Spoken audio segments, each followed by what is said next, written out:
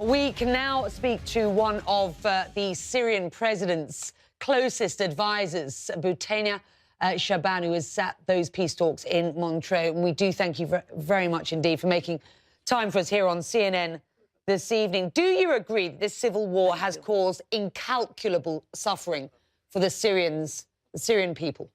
Of course, the war has caused horrible suffering to the Syrian people.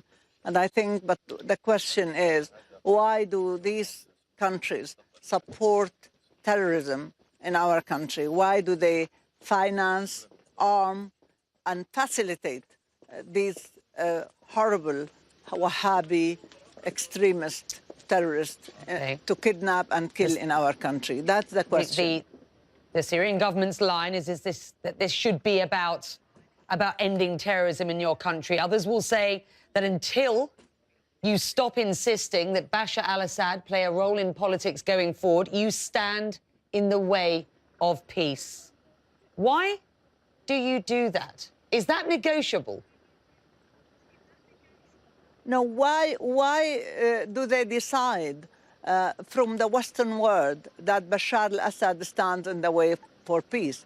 Do we have the right to decide that any Western leader is not good for his people? Or is it the people usually who decide in every country who should be a president? Isn't it should be done through elections? I see this as a horribly colonial attitude towards my country. And by the way, what has happened to my country is not against the regime. It's against the people. It's against institutions. It's against economy. It's against children. It's against women. It's against the way of life. It's a destruction of our identity. And there have been thousands of photographs, alleged photographs of torture victims taken out of Syria. You talk about those who are suffering.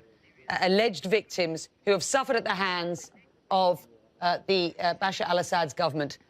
He could be held up at this stage for war crimes and sent to The Hague. This is a man who most of the West... Hang on for 1 second. This is a man who every other delegation at this meeting says must go if there is a possibility of peace going forward. So I ask you again, is his political presence going forward negotiable or not? You know, I don't think it's even right to ask me this question at all. Isn't it democracy about voting, about ballot box? I think what they should do is put a mechanism for elections, for ballot box, and then let whoever wants to win election. These alleged photographs you saw, you will discover in 2-3 months' time that these are part of the lies that had been circulated about Syria for the last 3 years. Remember the chemical on the 21st of August, 2013? We do remember that, yes. That was the Syrian government. Now, verified study from Massachusetts Institute saying it was not the Syrian government who did this, it was these terrorists who did this, and they prove it. So at that time, Syria was threatened of a military strike because of that allegation. There are thousands of lies circulated about Syria, and I can tell you the objective is neither the president nor the government nor the regime. The objective is Let me ask you. Just let me finish. The objective is to destroy a secular, moderate, beautiful example in the Arab world, and to leave Wahhabism and Saudi Arabia as an example in the Arab world. Tell me, Bouthaina, who you think is then behind the destruction of Syria, and also when you believe the last evidence of Bashar al-Assad running a democratic country was. Two different questions there. Well, you know why do you have to interfere in what the Syrian people do? Put a mechanism for a political process after putting an end to this terrorism, and then let the Syrian people decide for themselves. That is the natural thing to do. Over 100,000 are dead and millions are displaced. You know, Syria can't work it out for itself, listen, Becky, I just want to say this for record.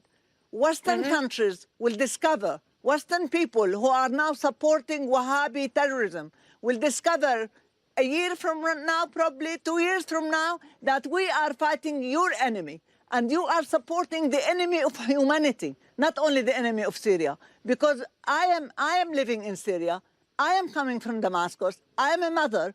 I'm a woman. I know how women are having children butchered in front of their eyes. How a woman, and I give you her name, Maysoon Mhalla, put a bomb for herself and her children because of the horrid prospect of the terrorists raping her and butchering her children in front of her. All right. Come to Syria to which see is what's why, happening in Syria. Bouthaina, let me just speak for one moment, because you've had your say, and we do appreciate it, which is what brings me back to my very first question as we spoke this evening. Why is it that the Syrian government is standing in the way of peace? If Bashar al-Assad committed to standing down from politics, peace would be a possibility, surely, going forward. And that is something, surely, that as a woman, as a mother, and as a friend of the people of Syria, as a Syrian woman yourself, you must want peace going forward, don't you? All Syrian people want peace, not only me. But it is not up to the people who have never been in Syria or up to the people who have been out of Syria for 30 years, who don't know at all what's happening on the ground, to decide how peace can be made. It is the Syrian people who are living through these horrid times who decide how peace can be made. We want peace. We want to build our country. We want to live together.